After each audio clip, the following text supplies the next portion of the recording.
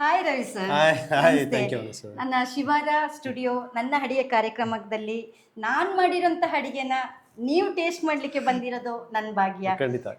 So ಪ್ರಾಂಪ್ಟಾಗಿ ಏನೇ ಇದ್ದರೂ, ಯಾಕೆಂದರೆ ಇದು ಎಲ್ಲ ಜನತೆ ನೋಡ್ತಾ ಇದ್ದಾರೆ, ನನ್ನ ಈ ಟೇಸ್ಟನ್ನು ನೋಡಿ ಪ್ರಾಂಪ್ಟಾಗಿ ಆನ್ಸರ್ ಕೊಡಿ ಅಂತ ಖಂಡಿತ ನಾನು ಖಂಡಿತ ನಿಮ್ಮಲ್ಲಿ ಕೇಳ್ಕೊತಾ ಇದ್ದೀನಿ. ಖಂಡಿತ ನೋಡಿ.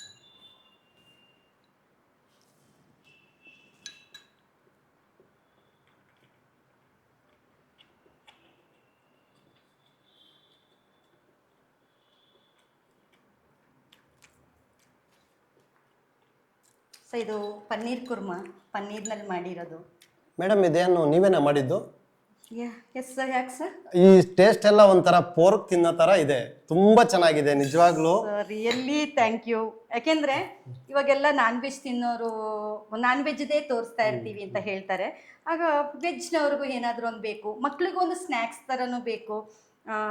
ಈ ಚಳಿಗಾಲ, ಇವಾಗ ಮಳೆ ಬರ್ತಾ ಇದೆ, ಮಳೆನಲ್ಲಿ ಒಂಥರ ಖಾರವಾಗಿ ಸ್ನ್ಯಾಕ್ಸ್ ಆಗು ತಗೋಬೋದು.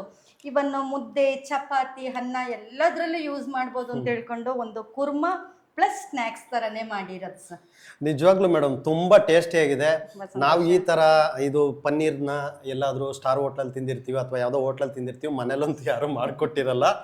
ಈ ಟೇಸ್ಟ್ ನೋಡ್ತಾ ಇದ್ರೆ ತುಂಬಾ ನಿಜವಾಗ್ಲೂ ತುಂಬಾ ಚೆನ್ನಾಗಿ ಮಾಡಿದ್ದೀರಾ. ತುಂಬಾ ಸಂತೋಷ ಸರ್. ಹಾಗೆ ಶಿವರ ಸ್ಟುಡಿಯೋ ನನ್ನ ಅಡುಗೆಗೆ ಯೂಟ್ಯೂಬ್ ಚಾನಲ್ ಇದೆ, ಸಬ್ಸ್ಕ್ರೈಬ್ ಮಾಡಿ, ಶೇರ್ ಮಾಡಿ, ಲೈಕ್ ಮಾಡಿ. ಹಾಗೆ ಈ ಥರ ಅಡುಗೆನ ನೀವು ನೋಡಿದ್ದೀರಾ, ವಾಚ್ ಮಾಡಿದ್ದೀರಾ ಆಲ್ರೆಡಿ, ತುಂಬ ಟೇಸ್ಟಿಯಾಗಿ ಮಾಡಿದ್ದಾರೆ.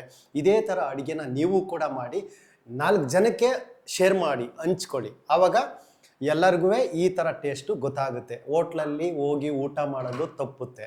ಸೊ ಹಾಗೆ ವಾಣಶ್ರೀ ಅವ್ರನ್ನ ಹೆಲ್ದಿ ಆಗಿರುತ್ತೆ. ಹಾಗೆ ವಾಣಶ್ರೀ ಅವ್ರನ್ನ ನಮ್ಮ M-Star ಕ್ಯಾಸ್ಟಿಂಗ್ ವತಿಯಿಂದ ರೆಫರ್ ಮಾಡಿದ್ವಿ. ಇವ್ರು ಇಷ್ಟೊಂದು ಚೆನ್ನಾಗಿ ಅಡುಗೆ ಮಾಡ್ತಾರೆ ಅಂತ ನಮಗೂ ಕೂಡ ಗೊತ್ತಿರಲಿಲ್ಲ. ನಿಜವಾಗ್ಲೂ ಥ್ಯಾಂಕ್ ಯು ಸೋ ಮಚ್. ಧನ್ಯವಾದ. ಶುಭವಾಗಲಿ. All the best.